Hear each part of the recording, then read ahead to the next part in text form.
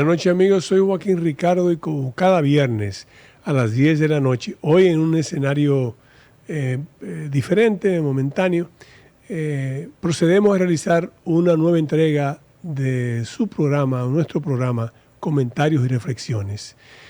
Como ya ustedes conocen, el programa consta de dos secciones. En la primera parte analizamos las principales noticias internacionales y nacionales acontecidas en la última semana, y en la segunda parte del programa pues procedemos a realizar una entrevista que en este caso nos honra con su presencia el doctor Miguel Reyes Sánchez, un abogado, ensayista, historiador, diplomático, que precisamente acaba de publicar un libro sobre la historia del cuerpo consular en la República Dominicana.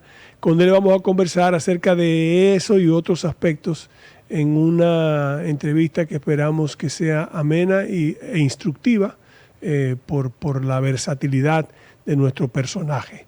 Mientras tanto, procedamos entonces a las principales noticias internacionales. Bueno, el miércoles en la tarde, el presidente Trump anunció una serie de aranceles a prácticamente todos los países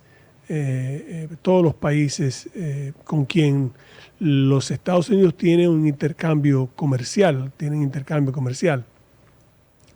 Este anuncio lo hizo justo después de las 4 de la tarde, cuando ya habían cerrado los mercados internacionales. De todas maneras, esto no pudo detener la caída de esos mercados a futuro, sobre todo los que abren ya en el área oriental del mundo, ¿verdad?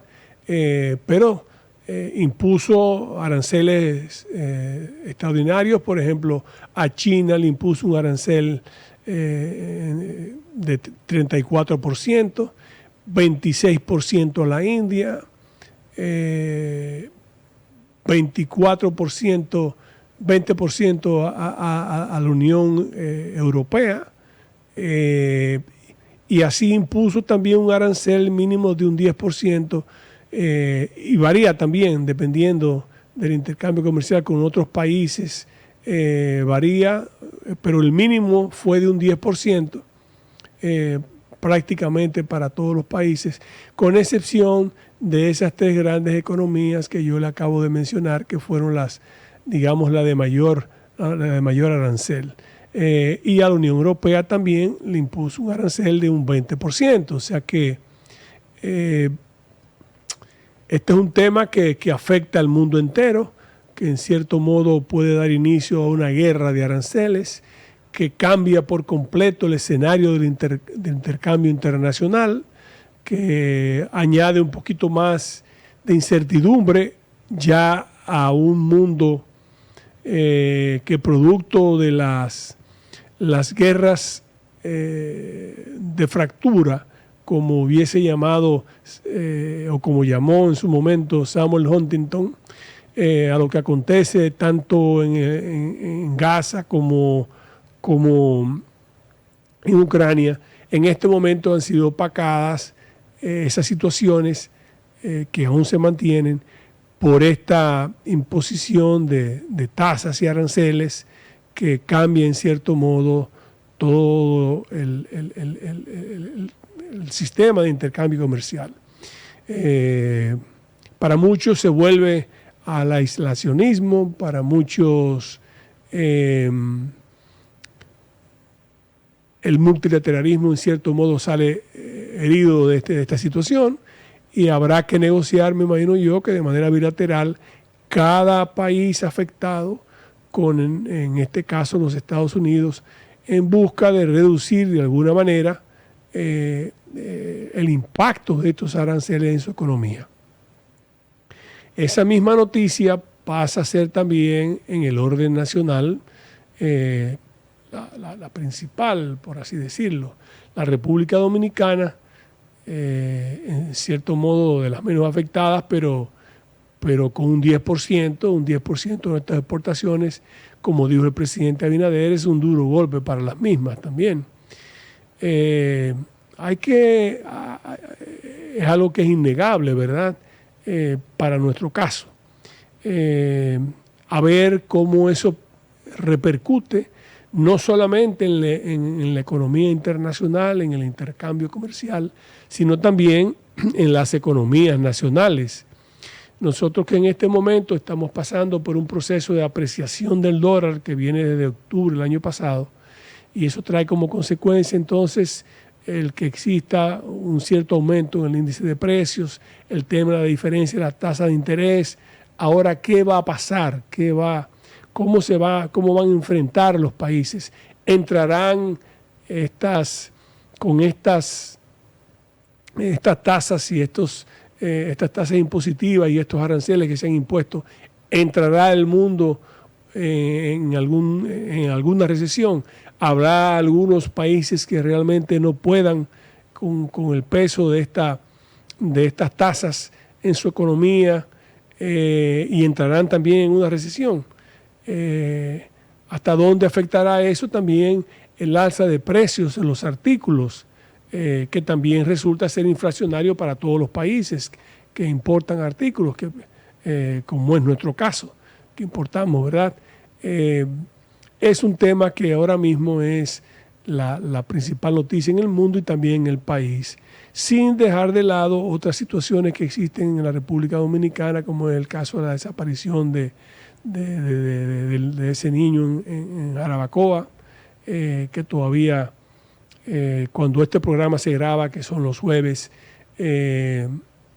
sigue desaparecido de manera misteriosa, y otras situaciones también en el país, pero ahora mismo esta situación que se produjo el miércoles por la imposición de las tasas por parte del presidente de los Estados Unidos, pues ha sido la principal noticia y será la principal noticia en todos los países también, porque repercute en el orden interno. El presidente Abinader fue rápido y presto en calificar como un duro golpe para las exportaciones dominicanas esta tasa de un 10%, porque eso pone en desventaja evidentemente las exportaciones de los países, y en este caso el nuestro, pues que tienen como principal destino los Estados Unidos, que es nuestro primer socio comercial. Habrá que diversificar, pero bastará solamente la diversificación de los mercados. También esos mercados han sido afectados por tasas. O sea, son preguntas que todos nos formulamos y que realmente habrá que ver en los próximos días cómo se desarrollan los acontecimientos, qué pasa en los mercados también, qué pasa en los países, si también los países deciden imponer una tasa compensatoria, por no decir en retaliación, por la tasa compensatoria a los productos estadounidenses.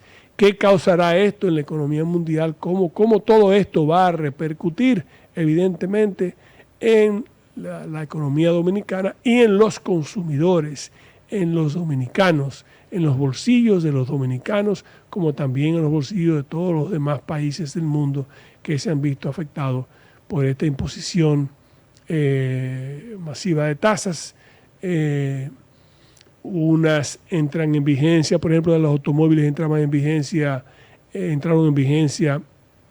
la medianoche del miércoles, otras entran en vigencia el día 9 de abril, pero al fin y al cabo el impacto ya se comienza a sentir en el mercado de valores, en la bolsa de valores, y en todos los países que tomarán las providencias pertinentes para hacer los ajustes necesarios. Bueno, amigos, después de la pausa comercial vamos a la segunda sección con nuestro invitado de hoy, el doctor Miguel Reyes Sánchez.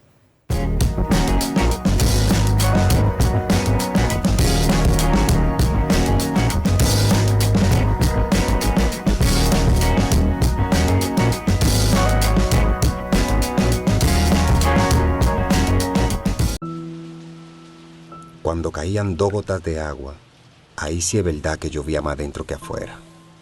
El sueño de que mi familia tuviera su casa propia, que pudieran vivir bajo un techo seguro, parecía imposible. Era algo que nos hacía sentir que no había esperanza.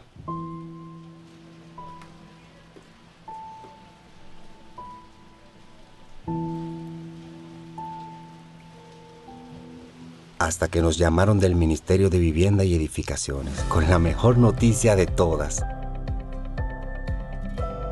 Que ahora tenemos nuestra propia cocina, nuestro propio hogar, nuestro lugar favorito.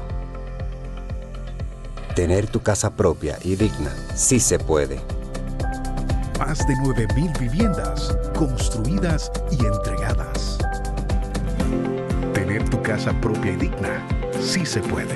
Ministerio de Vivienda y Edificaciones. Ustedes lo ven así de felices, pero esto no era así. En la vida uno tiene que josear y resolver con lo que uno tiene.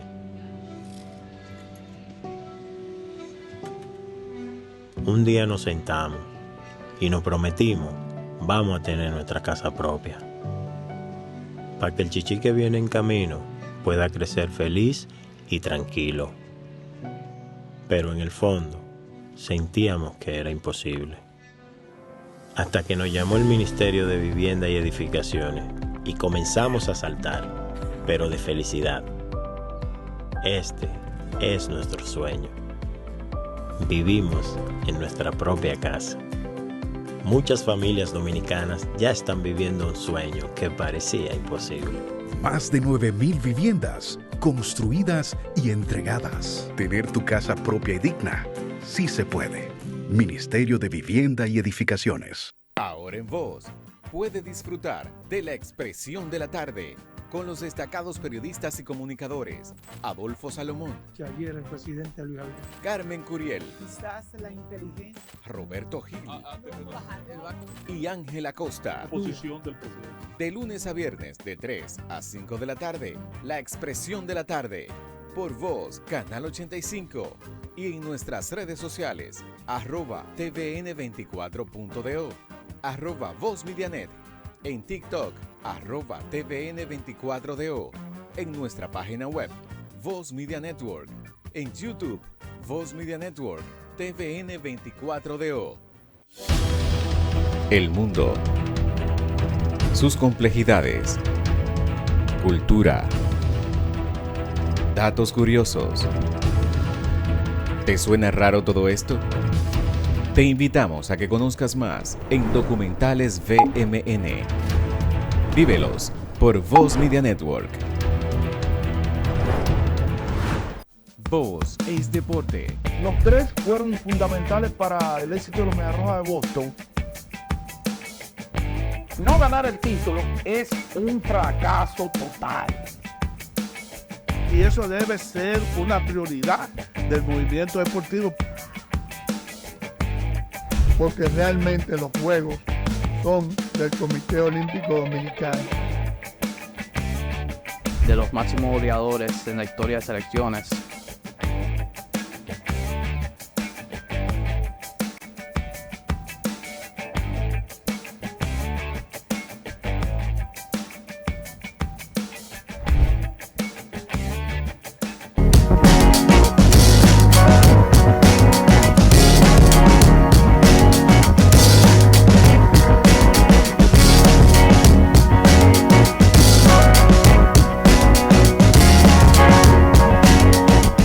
Amigos, como habíamos anunciado en la primera sección de comentarios y reflexiones, nos acompaña el abogado, escritor, historiador, ensayista, el doctor Miguel Reyes Sánchez, quien nos honra en la noche de hoy con su presencia. Es la primera vez que viene a comentarios y reflexiones y agradecemos el honor que nos dispensa al acompañarnos en este programa. Queremos hablar con él de sus distintas facetas, porque hay que verlo, que es una persona que hemos sido testigos de cómo este joven que comenzó con 18 años por ahí más o menos en el área del protocolo de Palacio en ese momento y en la Cancillería, ha ido evolucionando y ha ido madurando hasta convertirse en uno de nuestros ensayistas más variados y que maneja no solo el tema de la diplomacia, sino también el tema de la historia, con una columna semanal, más o menos en el Listín Diario, que se llama Quo Vadis, donde narra episodios interesantes de lo que él fue testigo de primer orden. Así que después de darle la bienvenida, iniciamos de inmediato con nuestras preguntas para nutrirnos del saber de este académico de la historia que acaba de regresar precisamente de España. Me imagino que en las labores propias de la misma historia. Miguel, bienvenido y muchas gracias por estar con nosotros esta noche. Muchísimas gracias por la invitación. El honor realmente es mío de estar acá, por la admiración y respeto que siempre le he tenido.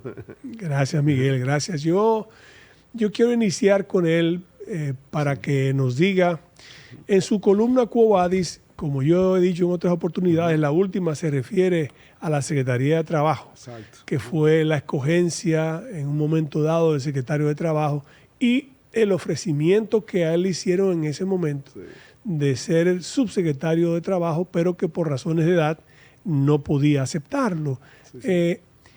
Esas vivencias, ¿cómo fue tu accionar en un ambiente tan complicado como suele no, y ser? hasta hostil, muchas veces. Complicado, para ponerlo... Sí, es más suave. Complicado como suele ser Palacio, ¿verdad? Y trabajando con una persona que, como dijo el abate Sieyes de Napoleón, lo sabe todo. Exacto. Entonces, y más de protocolo. Que era entonces la razón por la que tú estabas.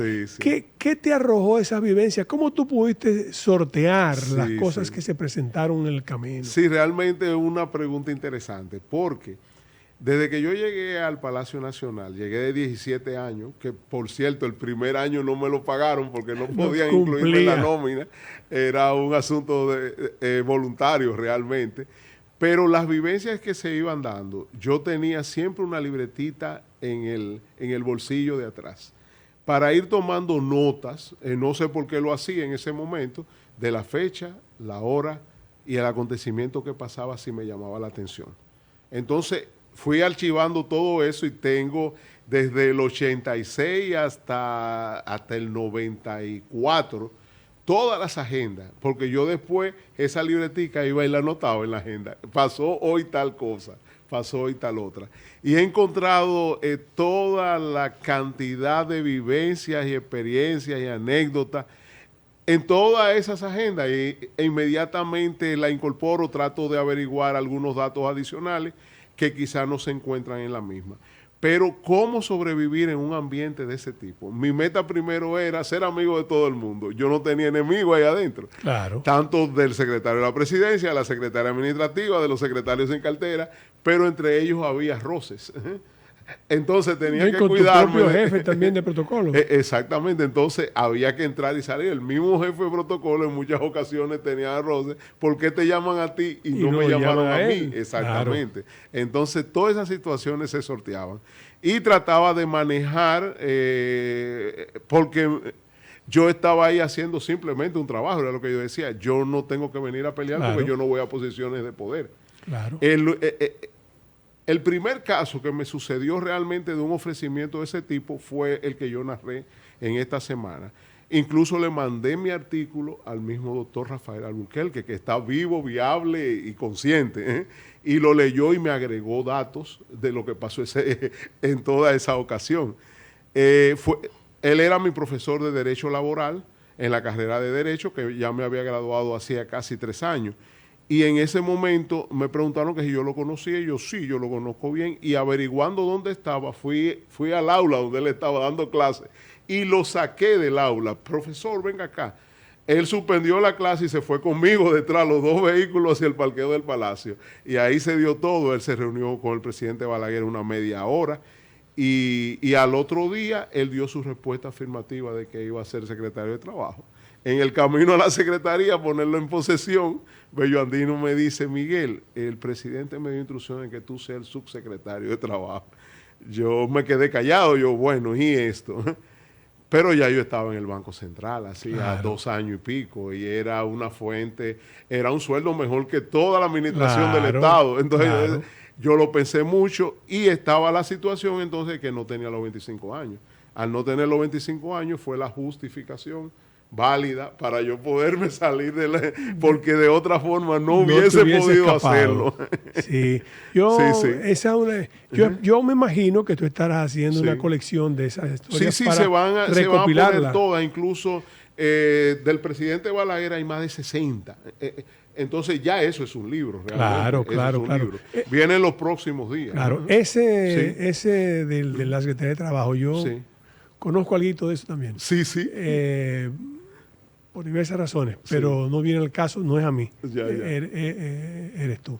Y siempre recuerdo la respuesta de don Lupo Hernández Rueda. Sí, la de Lupo fue negativa, que era un problema de... Sí. Él tenía ya el ojo muy comprometido. Sí, tenía el ojo muy comprometido. Y entonces... esa fue la razón. Esa fue la razón por la que él, de cierto modo, viene porque don Lupo también había hecho una magnífica labor desinteresada en favor del país en las acusaciones de 1990 que hubo que hacer la defensa ante la OIT y en cierto modo Naciones Unidas, y don Lupo Hernández Rueda, creo que el mismo doctor Ray Guevara en cierto modo Milton Ray Guevara, ayudó también un poco. Los tres estaban comisionados para hacer el anteproyecto de ley de Código de Trabajo. Pero en ese caso de la Cancillería yo me acuerdo porque yo contacté directamente a don Lupo. Ok, qué bien. Que fue el que yo por diversas razones también sabía, y había también otro tipo de amistad. Entonces, recuerdo perfectamente de eso, y recuerdo la reticencia del doctor Alburquerque. Dicho sea de paso, es bueno que, como él lo narra en su artículo, que recordemos que el doctor Alburquerque duró 10 años en esa posición. 10 años, así es. En la posición continuó con los gobiernos del PLD siendo el secretario de Trabajo. Claro, bueno, esa es una de tus facetas. Ahora, tu apasionamiento por la historia es algo que también a mí me interesa que en cierto modo resaltemos ahora y tocar dentro de esa área de la historia otros temas interesantes. Tu discurso de ingreso a la academia tú eres el miembro de número del sillón X. El X, exactamente. Y entonces pronunciaste un discurso en donde primero hablabas de Ciriaco Landolfi, que era la persona a quien tú ibas a sustituir en el sillón. No, y que su hija fue asistente mía por muchos años en el Banco Central. Fue además embajador durante mucho tiempo en Argentina, en Brasil. En Brasil también. O sea que fue... Pero tu discurso versa sobre la invasión de Jean-Jacques Dessalines. Así es. ¿Por qué escogiste ese tema? ¿Qué te atrajo de ese tema? No, el momento histórico. Había mucho desmentido de muchas situaciones que se dieron, y lo importante fue que tuve acceso a toda la fuente documental que me hicieron probar que los actos se hicieron. Quien me recibió como discurso de ingreso fue Fran Muñoz Pons. Y estuvo presente la vicepresidenta de la República en representación del presidente. Y Juan Daniel Balcácer. Y Juan Daniel estaba, que ya era el presidente de la academia. Pero fue bien interesante la situación, porque muchos desmentidos públicos de que no se había dado el degüello, por ejemplo, de Moca. Sí, claro. Eso lo desmintieron todo un grupo de historiadores, un gran grupo de historiadores, y se encontraron todos los documentos, incluso algo inédito, un discurso de Dessalines diciendo que él se lamentaba de no haber matado más dominicanos, más criollos. Eso es una locura, eso era una locura. Yo lo escuché y en donde tú narras muy claramente las órdenes que él impartió para que se llevaron todas las redes, animales, bestias dominicanos, todo lo que encontraron en el camino. Niños y las mujeres. Eso fue una barbaridad. Eso queda como un lastre en la historia de nuestro país realmente. Hay algo que yo quiero resaltar porque en tu discurso tú narras con mucha propiedad cuáles fueron las 4 invasiones, mejor dicho, en los 4 flancos en que se dividió la invasión de Dessalines. Y el del Cibao Central, vamos a llamarle así, lo encabezaba Henry Kistroff. Exacto, que después fue el rey Henry I en Haití, exacto. Dicho sea de paso, entonces, para mí resulta incomprensible cómo la República Dominicana le hace una universidad y permite que el nombre de esa universidad sea el de Henri Christophe, una persona que realmente fue parte del degüello, de todo lo que hubo, de todo lo que pasó. Era el estratega militar que tenía Dessalines debajo de él, realmente. Repite eso, por favor, era para que lo oigan de el estratega militar que tenía Dessalines debajo de él inmediatamente. Me encanta era el que que hacía diga, las estrategias. Que lo diga, lo diga una persona con conocimiento, un miembro de la Academia de la Historia, para que no digan que son a veces resabios de ultranacionalistas o lo que fuese, sino que fue así. Entonces, por eso todavía resulta inexplicable, al punto de que hoy está abandonada también. Totalmente. No le interesó después no, porque nada que provenga de República Dominicana, ellos le van a hacer caso.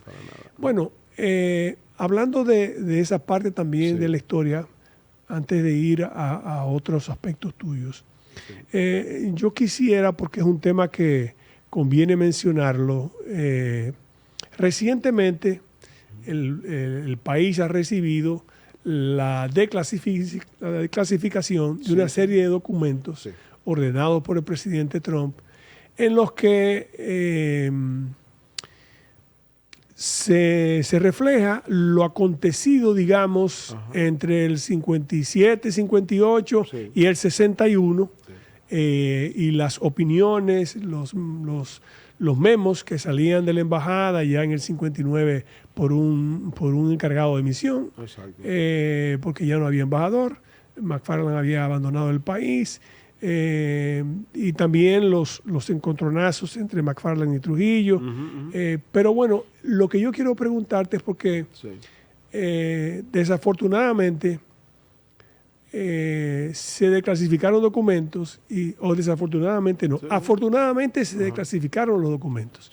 Pero al momento de publicar los mismos, yo siempre he visto que otros diarios internacionales tienen lo que ellos llaman un fact-checking, o sea, van chequeando la veracidad, si hay algo o no, para poder poner al lector en capacidad. Lógico. Sin embargo, aquí lo que se hizo fue reproducir los mismos. Exactamente, totalmente. Sin hablar nada. Entonces, ahí hay intentos de manchar la honra y la dignidad de personas que participaron, de parte de los complotados que participaron en el ajusticiamiento de Trujillo. Así es, habla de cosas inexactas. Inexactas. Como el tema de lo que aconteció en casa de Robert Río, una barbaridad. Yo quisiera que tú pusieras un poco, y sobre todo sin hacer las correcciones del lugar. Porque usted lo puede publicar porque eso es un hecho que está ahí. Es un hecho que está ahí. Pero usted puede hacer las correcciones. Lógico, una aclaración. Por favor, habla un poquito para que la gente entienda qué fue lo que aconteció, pues eso está demasiado escrito. No, así es. Hay aberraciones históricas terribles ahí. ¿Qué sucede? Estos documentos eran interrogatorios de la CIA a personajes que habían servido al régimen. Claro. Entonces, ¿qué sucede? Cada uno de esos personajes trataba de distorsionar la realidad de lo que sucedió para ser gracioso a los oídos de Estados Unidos en ese momento. Estos no son papeles del Departamento de Estado. Claro. Hay una diferencia muy grande. Los papeles del Departamento de Estado están clasificados y establecidos por tema, con una revisión de los analistas del Departamento de Estado. Y ahí ellos filtran muchas cosas que dicen esto no sucedió así, esto no es verdad. Y esos departamentos y todos esos documentos son los que Bernardo Vega ha publicado en sus libros. Cuando era embajador en Estados Unidos, recolectó toda esa información en el Departamento de Estado y pudo hacer unos 10 libros estableciendo cuál era la realidad de lo que pasó en ese momento. Sin embargo, estos no. Estos son documentos de la CIA que están crudos, donde se encuentran detalles inventados la mayoría, una cosa insólita. Muchas de las cosas que se cuentan ahí no pasaron. Hay testigos vivos que pueden decir sí pasó, no pasó, y que estaban en esos momentos en los lugares específicos. Y es una aberración. Yo mismo cuando leí aquello me sentí tan mal. Yo decía, pero es que no puede ser, no podemos publicar así. y se han publicado en todos los diarios nacionales, Así en es, todos, así sin es. excepción. Así es, sin las correcciones pertinentes. Sin las correcciones, Lo- ni las aclaraciones abajo. Sí, sobre todo Sí, sí. esa última que tú, Ajá. la primera que tú Sí, hiciste, sí. que es importante que sepan, Sí. son interrogatorios a miembros del Servicio de Inteligencia Militar, del CIM. Exacto. Entonces, exacto. es evidente que una persona que está implicada en torturas, Exacto. precisamente a esas personas, a ese y a otras personas, Sí. que puede ser objeto inclusive de requerimiento por parte del gobierno dominicano en ese Exacto, momento, exacto. que puede recibir otro tipo de sanciones penales, que es lo que amerita, y Sí. sanciones ya de otra naturaleza, es natural que vaya a hablar y a decir lo que él entienda que Sí, sea que sea agradable a los oídos de aquellos agradable a los oídos de en cuyas aquellos en manos aquel está su momento. suerte. Así es, en cuyas manos está así su fue, suerte. Así fue. Entonces, pero yo quería preguntarte, Sí, sí. porque lo que lamento es Sí.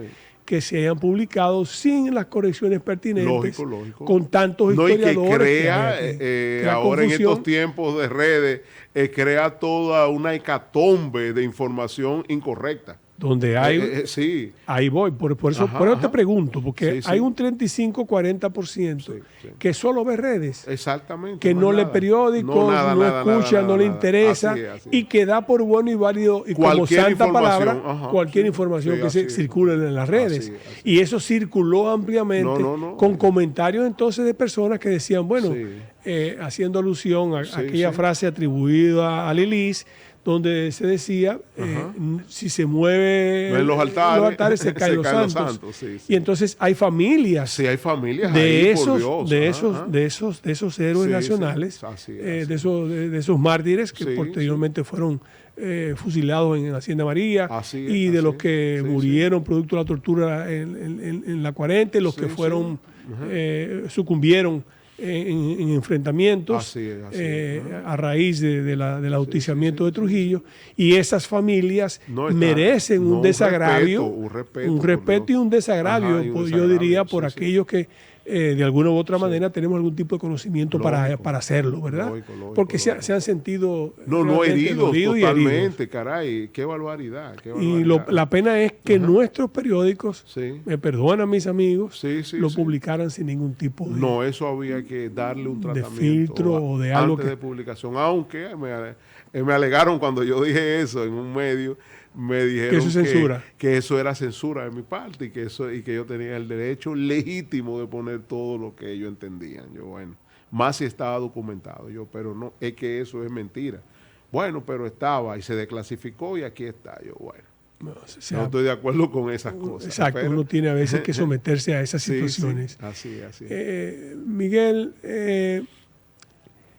la diplomacia. Sí. Pero antes de la diplomacia, vamos al Banco Central. Ok, cómo no. Y tus cursos, todos tus estudios que tú has hecho sobre gerencia Sí, del sí, Banco sí. Central. Sí. ¿Cómo fue tu experiencia? ¿Cómo tú combinabas Ajá. tu pasión, en cierto modo, por la diplomacia? Sí. Tu trabajo en el Banco Central Así es. y tu trabajo también en el Palacio. Exacto. ¿Cómo tú hacías ese- No era una situación, a ese- veces me cansaba mucho, pero había un detalle. Cuando yo estaba en el Banco Central tenía el turno de la mañana hasta las 4 de la tarde. Iba a mi casa, me bañaba, me cambiaba y me iba a Palacio de noche a las 7. Pero en Palacio, como ya yo estaba en una institución del Estado, tuvieron que quitarme el sueldo. Entonces era voluntario que Voluntario yo iba. que tú ibas. Y así sucesivamente por la misma experiencia que yo iba teniendo allá. En el banco es una de las mejores instituciones del país, es una de las instituciones realmente organizadas que existe en nuestro país. Estuve en estudio en American University, mandado por el banco, Claro. en la Universidad de Illinois, sobre banca central, sobre registros legales, sobre la legislación norteamericana. En España fui en varias ocasiones a congresos internacionales y era una experiencia maravillosa. El banco me suplía jurídicamente lo que yo necesitaba, porque yo entré a la consultoría jurídica del Banco Central y de ahí fui creciendo hasta llegar a secretario del Banco Central. Ya en el año 94 yo era el secretario del banco. Y ahí permanecí unos 10 años hasta que me hicieron asesor del gobernador directamente. Antes Sí. de preguntarte Sí. cómo inicias en la consultoría y pasas Sí. después, ¿verdad?, a lo que llegaste Sí. a hacer en el Banco Central, Así. debemos hacer una pequeña pausa ¿Cómo no? comercial. Así que al regreso continuamos este interesantísimo conversatorio con el doctor Miguel Reyes Sánchez.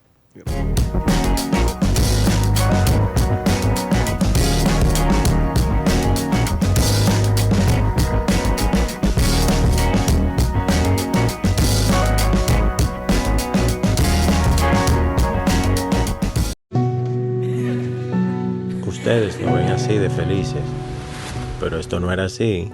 En la vida uno tiene que josear y resolver con lo que uno tiene.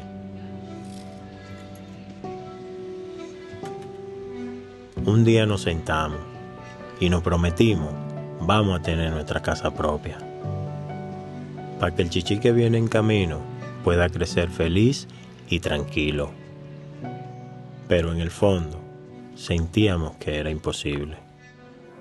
Hasta que nos llamó el Ministerio de Vivienda y Edificaciones y comenzamos a saltar, pero de felicidad. Este es nuestro sueño. Vivimos en nuestra propia casa. Muchas familias dominicanas ya están viviendo un sueño que parecía imposible. Más de 9.000 viviendas construidas y entregadas. Tener tu casa propia y digna, sí se puede. Ministerio de Vivienda y Edificaciones. Ustedes lo ven así de felices, pero esto no era así. En la vida uno tiene que josear y resolver con lo que uno tiene.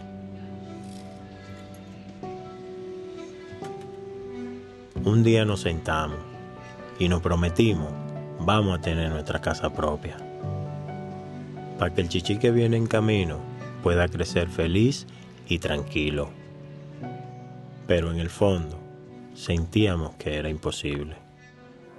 Hasta que nos llamó el Ministerio de Vivienda y Edificaciones y comenzamos a saltar, pero de felicidad. Este es nuestro sueño. Vivimos en nuestra propia casa. Muchas familias dominicanas ya están viviendo un sueño que parecía imposible. Más de 9.000 viviendas construidas y entregadas. Tener tu casa propia y digna, sí se puede. Ministerio de Vivienda y Edificaciones. Ahora en Voz puede disfrutar de La Expresión de la Tarde con los destacados periodistas y comunicadores Adolfo Salomón, Ayer el presidente Luis Abinader. Carmen Curiel, Quizás la inteligencia. Roberto Gil y Ángela Costa. De lunes a viernes de 3 a 5 de la tarde, La Expresión de la Tarde, por Voz, Canal 85, y en nuestras redes sociales, @tvn24.do, @VozMediaNet, en TikTok, @tvn24do, en nuestra página web, Voz Media Network, en YouTube, Voz Media Network, TVN24DO. El mundo, sus complejidades, cultura, datos curiosos. ¿Te suena raro todo esto? Te invitamos a que conozcas más en Documentales VMN. Vívelos por Voz Media Network. Voz es deporte. Los tres fueron fundamentales para el éxito de los Medias Rojas de Boston. No ganar el título es un fracaso total. Y eso debe ser una prioridad del movimiento deportivo. Porque realmente los juegos son del Comité Olímpico Dominicano. De los máximos goleadores en la historia de selecciones.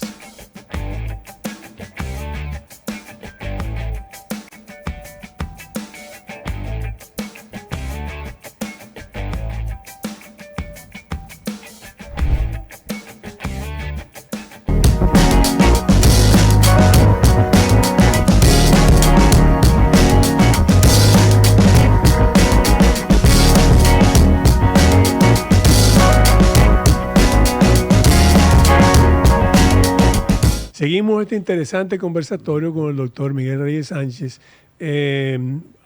quedamos cuando fuimos a la pausa comercial en su ingreso en la consultoría jurídica del Banco Central, una de las instituciones más estables del país, con grandes atractivos salariales y con un permanente deseo de capacitar a su personal, Así que es importante y que ayuda a la formación de su personal para que eso le conviene al banco y le conviene también a la persona que labora en el lugar. Y de ahí pasa, dice Miguel, que pasas de la consultoría, pasas entonces a la secretaría. Sí, a ser el secretario del Banco Central. En la consultoría yo estuve hasta ser subconsultor. Entonces me piden prestado de la superintendencia de banco, Percy Álvarez de Hernández, y Luis Toral era el gobernador. Y me llaman y me dicen, mira Miguel, necesitamos una gente seria que vaya a ser consultor jurídico de la superintendencia porque tenemos el problema de los bancos. Ahí se cerraron en mi gestión unos 8 bancos. Claro. Entonces, inmediatamente terminé mi gestión en la superintendencia de banco. El gobernador Héctor Valdés había entrado hacía unos meses y me pidió que fuera secretario del banco. Y sustituí a Zenón Castillo de Asa, precisamente, que era el secretario del banco en ese momento. Así es. Bueno, pero sí. Y después llegaste a ser asesor del gobernador. Exactamente, y luego, después de 10 años de secretario del banco, 11 años, asesor del gobernador en relaciones internacionales. Son puestos importantes y los técnicos del Banco Central son extraordinarios. Voy a aprovechar esa oportunidad. Yo raramente se me presentan, pero ahora lo tengo que hacer para hacerle homenaje a una persona que el país tiene una enorme deuda con ella y yo en el orden personal también la contraje. Cuando estábamos en las negociaciones para ingresar a Lomé, yo confirmé, lo que hice fue conformar un pequeño equipo, gente que me acompañaron, 2 de ellos de manera voluntaria, como era el caso del ingeniero de Fabio Herrera Roa, en primer lugar. Don Fabito, sí. Y de Samuel Conde Arenas. Y de Samuel, el ingeniero Samuel Conde Arenas. Y entonces, la tercera fue alguien que yo solicité el Banco Central por recomendación, que fue Marisa Amalia Guerrero. Marisa Amalia Guerrero, lógico, excelente. Nunca tendremos, yo no tengo cómo devolverle, ni el país tendrá cómo devolverle. En esos momentos, cuando necesitamos a veces, en cuestión de horas, para una negociación de ingreso, datos y cifras que no teníamos a mano, como ella pasaba, lo hizo, a veces casi amaneciendo, para el otro día, con aquella humildad, aquella bonomía que traducía esta gran profesional. Entregar y decir, aquí está el dato que nos hace falta. Miren, vamos a manejarlo por aquí. Yo les recomiendo que usted haga por aquí. Trabajador impresionante. Increíble. Yo a veces bajaba, ella era la sugerente de política económica y monetaria. Y yo a veces bajaba tarde porque la Secretaría del Banco tenía un gran cúmulo de correspondencia, incluso hasta las comunicaciones del gobernador se despachaban de ahí. Y yo bajaba y veía el bombillito de ella a las 8 de la noche. Yo, pero todavía no encendido. Y yo iba donde ella, yo, dígame, ¿en qué está usted? Ay, aquí bien, Miguel, ya tú sabes. Yo, wow. Era una persona. Y yo lamento mucho que aquí no se le haya hecho tal vez un reconocimiento que ella realmente merece por su labor en el mismo Banco Central, por ser una persona tan calificada, y una persona dedicada a los mejores intereses del país. Yo aprovecho eso para decirlo al tú hablar de tu presencia en el Banco Central. Bueno, yo no puedo tampoco obviar, porque es que una persona muy versátil, no podemos obviar el área de la diplomacia. Cierto.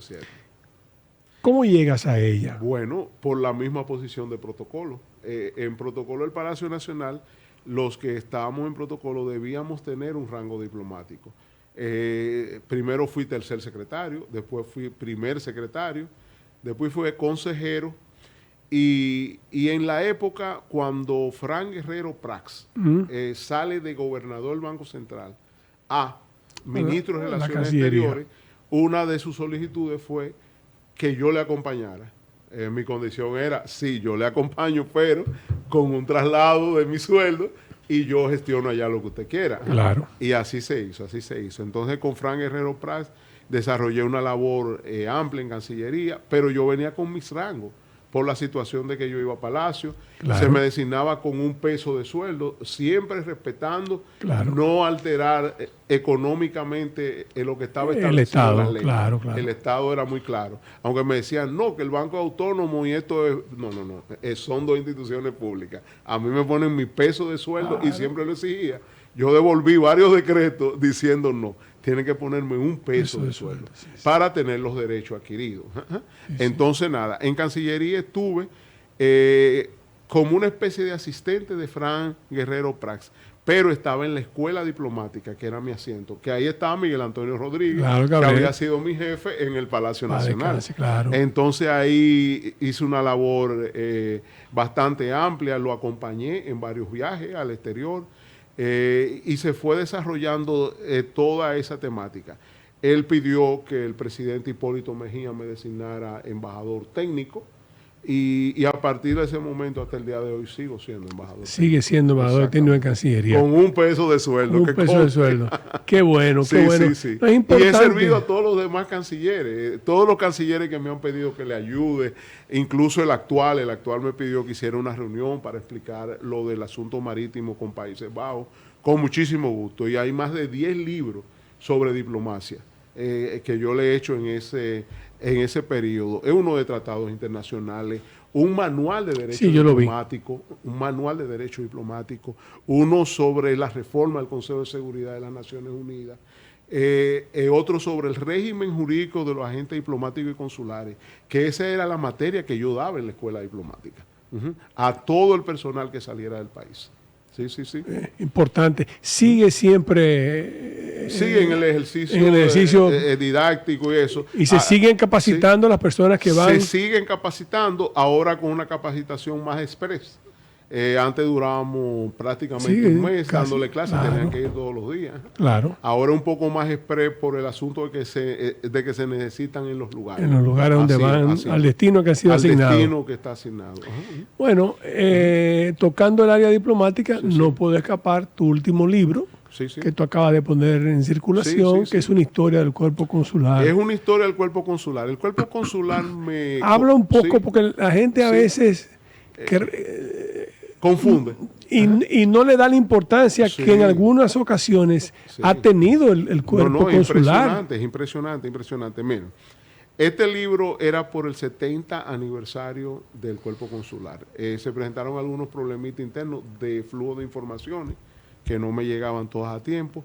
Y en principio era un librito sobre la gestión que hacía en República Dominicana como un informe. Pero yo al sentarme vi, vengan acá. Vamos a sentarnos, vamos a ver esto. Aquí hay que hacer una historia del cuerpo consular. Vámonos a Grecia, vámonos a Roma. Y caemos en República Dominicana, las primeras influencias directas antes de la independencia. Claro. Al momento de la independencia, ¿qué pasaba? Los cónsules eran los representantes diplomáticos consulares. Los embajadores de ese entonces. Ajá. Y los cónsules llegaron a tener tanto poder como Saint-Denis, como Schomburg, que quitaban y ponían presidentes. Le decían a Santana, no, hasta hoy usted dura, es fulano, es Buenaventura Bay que viene. Y así sucesivamente, impresionante. Los conflictos que se fueron dando con los cónsules, porque tenían tanto poder que el mismo Lilis tomó en un momento el Banco Nacional. Y se llevó todo lo que había en las arcas porque él le había hecho un préstamo al cónsul francés y el cónsul francés no le respondió. Y le mandaron una fragata con un almirante de que él tenía que dar los fondos para atrás y no lo dio. Él le dijo algo como que el mono cuando muerde no suelta. Y despachó al hombre. y el hombre se fue y rompieron relaciones con Francia. Pero eso se fue dando también en todo el siglo XX. En el siglo XX la influencia consular era impresionante. Los primeros años del siglo XX, la intervención norteamericana, la primera intervención, en el periodo de Horacio Vázquez, cómo los cónsules influían para que él no se religiera. No obstante, el haberse aprobado una ley para hacerlo, el surgimiento de Trujillo. Con Trujillo Claro. hubo muchos conflictos, muchos conflictos. En el año 52 se crea el cuerpo consular acreditado en la República Dominicana y su primer decano es precisamente el papá de Fran Rainieri, don Queco Rainieri, que era el cónsul de Italia en el país. Y a partir de ahí se creó la institución. Pero llegó un momento, por ejemplo, que cuando matan a Betancourt y se nota que Trujillo tuvo una influencia determinante para esa muerte con todas las pruebas, de hasta los asesinos cuando llegaron a Venezuela y todo. Se presentó a la OEA y la OEA ordenó que salieran todos los embajadores de la República Dominicana. En ese momento específico, todos los cónsules quedaron como embajadores realmente. Y desempeñaron en ese periodo hasta la muerte de Trujillo y un poco más las funciones de embajadores realmente. Entonces, luego de que se crea el Consejo de Estado, empiezan a llegar embajadores, se van designando embajadores, porque el presidente Balaguer, recuerde que fue a la ONU y dio un discurso diciéndole estamos en una nueva situación, no era la que teníamos, es una nueva situación que se está viviendo en la República Dominicana, y a partir de ahí empezaron a llegar los embajadores y los cónsules volvieron a su función consular. Pero un libro interesantísimo, por eso digo, con muchas anécdotas. Me alegro mucho porque la gente tal vez hoy en día ya con la presencia de las embajadas se pierde un poco. Se pierde un poco la importancia del cuerpo consular, que sigue siendo todavía, siguen siendo importantes, pero fueron determinantes en esos periodos en que tú acabas de relatar, y en ese momento de la muerte de Trujillo y del atentado de Betancourt, eso fueron determinantes, porque eran los informes, eran los que ayudaban, lo que hacían, lo que facilitaban. En la casa de Queco Rainieri eso era una guarida de personas para protegerla. Eso era una casa de asilo. Una casa de asilo. En ese momento para hasta poder... Antonio Pérez estuvo allá en un momento dado y él lo trasladó.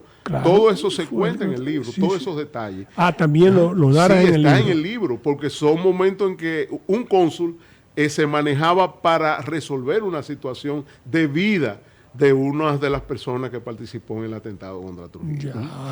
Y hay un punto interesante, ejemplo, ahora mismo hay una cantidad de cónsules honorarios que tienen las funciones consulares y dan visa y todo, de acuerdo a la necesidad de la nación en que lo designa.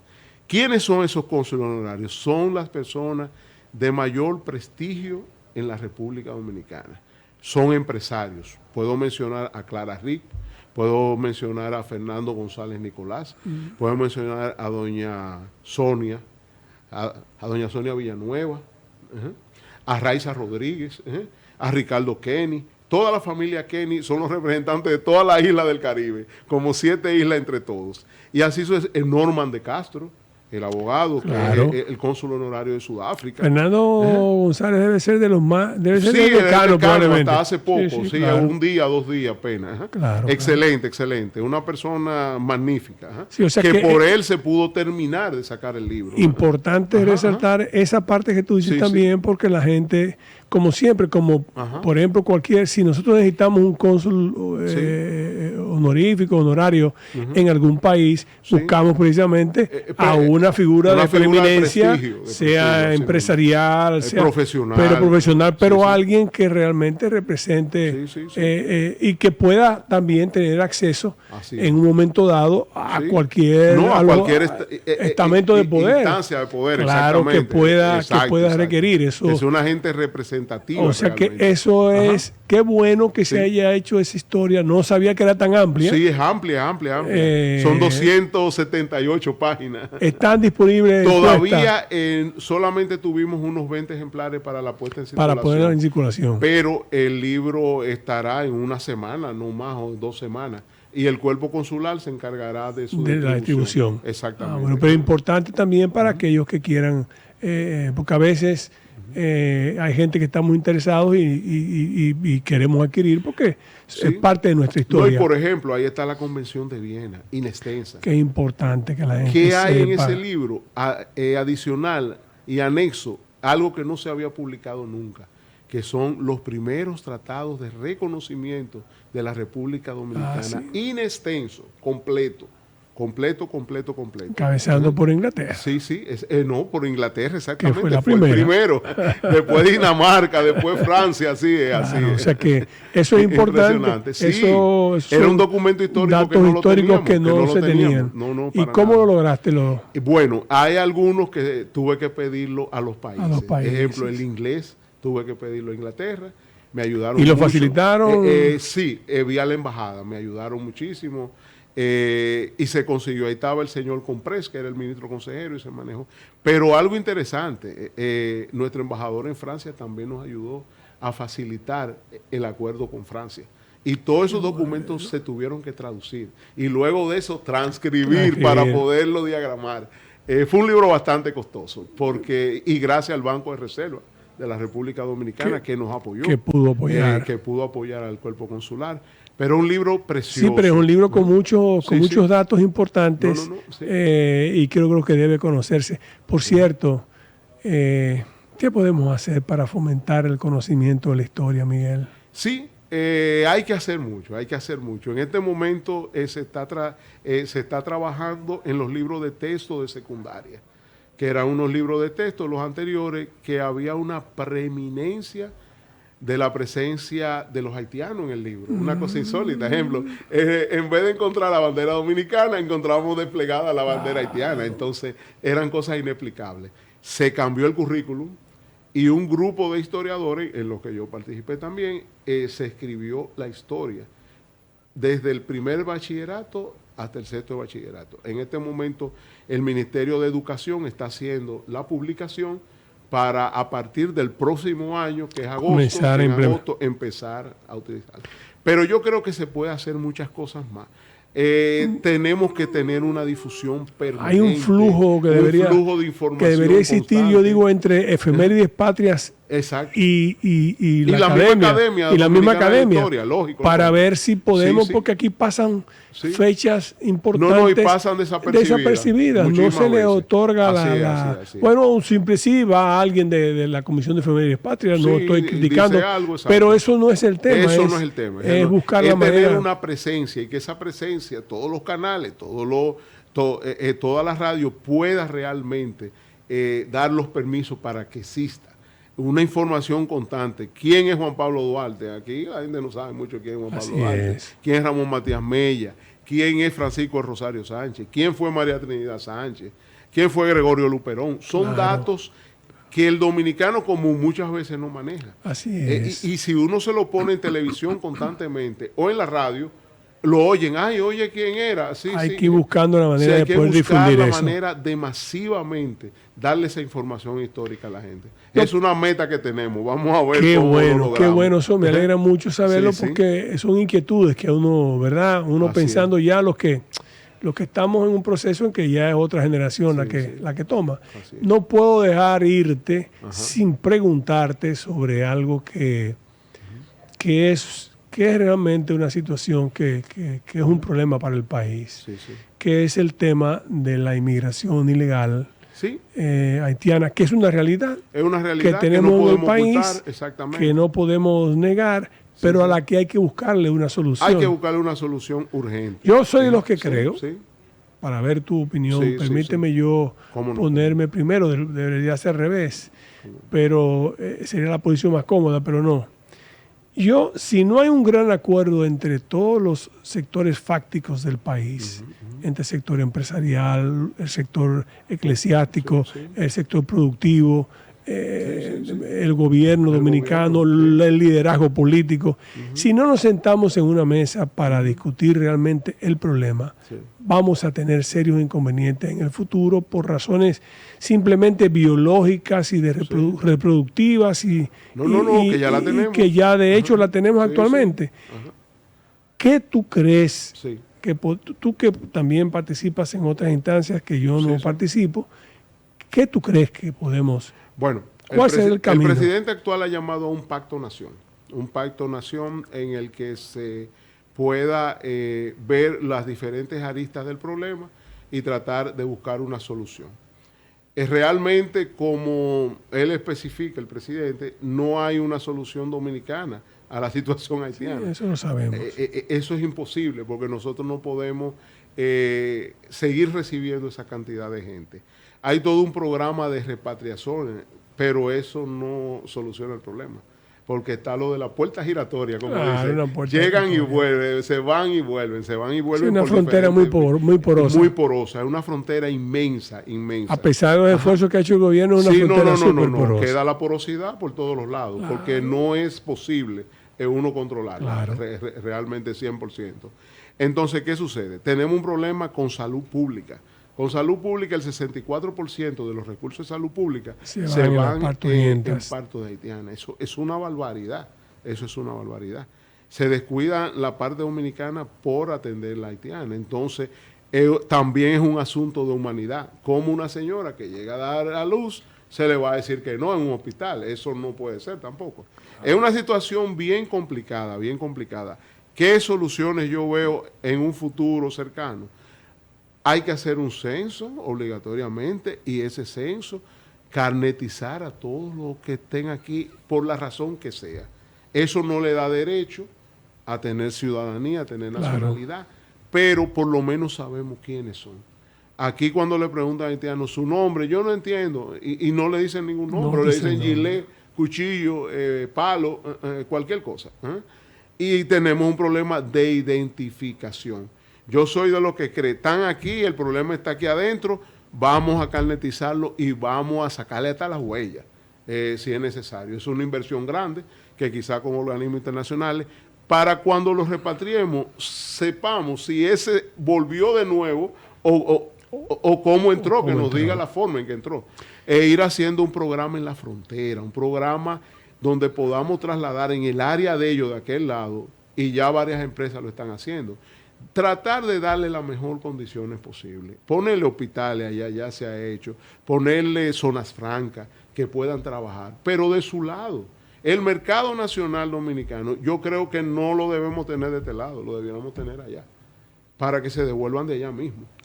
Claro. Son muchos detallitos, muchos detallitos que se pueden hacer, pero un proceso largo. Y tú ves, sí, claro, es un proceso a un tiempo, pero hay que comenzar. Hay que comenzar a hacerlo. Porque mientras tanto el liderazgo lo que hace es utilizar el tema desde el punto de vista político. De un lado y del otro. Todos. Entonces todo es así. Y eso no es la solución. No puede ser. Si no hacemos un plan, si no nos proponemos desde ahora hacer un plan y comenzamos a ir dando los pasos. Claro. Primero esto, después esto, después esto, después esto y después esto. Y se puede establecer ese plan e ir haciéndolo. Claros y definidos. Sí, claro y definido. Que sea un plan nacional con el acuerdo de todos los partidos políticos. Es decir, usted llega mañana a ser presidente, no importa, ese plan tenemos que seguirlo. Sí, es una aspiración a veces utópica, pero yo entiendo que hay que hacerla. Yo lo entiendo porque yo propongo lo mismo en el área fiscal. Exacto, lo mismo. No importa quién llegue, tiene que mantenerse la misma postura. El presidente dice que no, pero es imposible. Porque sencillamente el año que viene, solamente por recibirse la deuda, tenemos que pagar 320 mil millones de pesos. Exactamente. Entonces, eso es insostenible. A menos que no se haga una reforma. Yo sé que en estos momentos de aranceles y de incertidumbre. No tenemos una incertidumbre. Ahora mismo no. Pero en algún momento dado también habrá que hacer ese pacto nacional. Y me alegra. Tal vez no debo hacer esa pregunta, pero es que no me resisto. Porque, a ver, la Academia de la Historia ¿tiene alguna opinión sobre el tema del haitiano? ¿O no quiere involucrarse para evitar? La Academia de la Historia trata de tener una postura nacional, pero una postura que no conlleve un choque con ninguna opinión contraria. Porque en la academia hay pro-haitianos y hay pro-dominicanos. Entonces, se trata de mantener un equilibrio. Mantener el equilibrio y no... Sí, y no involucrarse más allá de lo que sea. Pero en un momento que sea necesario, me imagino que la postura podría establecerse. En un momento en que sea necesario la situación hacerla. Bueno, yo creo que solo me resta, Miguel, porque el tiempo es increíblemente rápido en televisión, pero solo me resta agradecerte infinitamente tu presencia en este programa. Espero que los amigos que lo ven a través del canal, sale los viernes a las 10 de la noche, lo ven este viernes y lo ven también a través de YouTube, pues que está permanentemente abierto. Disfruten tanto como yo he disfrutado al hacerle la pregunta a una persona que yo, además de todo, de considerarme amigo, he visto crecer intelectualmente, he visto crecer en su preparación, y hoy representa para su generación, debe representar un orgullo. Son de las figuras que uno puede decir, bueno, este es un auténtico representante de lo que sería esa generación de dominicanos, ¿verdad? Porque a veces aquí tenemos unos representantes que uno no deja más que Totalmente. Nos quedamos con la boca abierta. Así que gracias al doctor Miguel Reyes Sánchez por su presencia en nuestro programa. Deseamos una pronta recuperación de ese resfriado que madrileño. Madrileño, ¿verdad? Pero además de la buena del arte culinario madrileño, trajo también esa situación, lo que es motivo para que agradezcamos doblemente su presencia. Amigos, será hasta una próxima entrega de Comentarios y Reflexiones.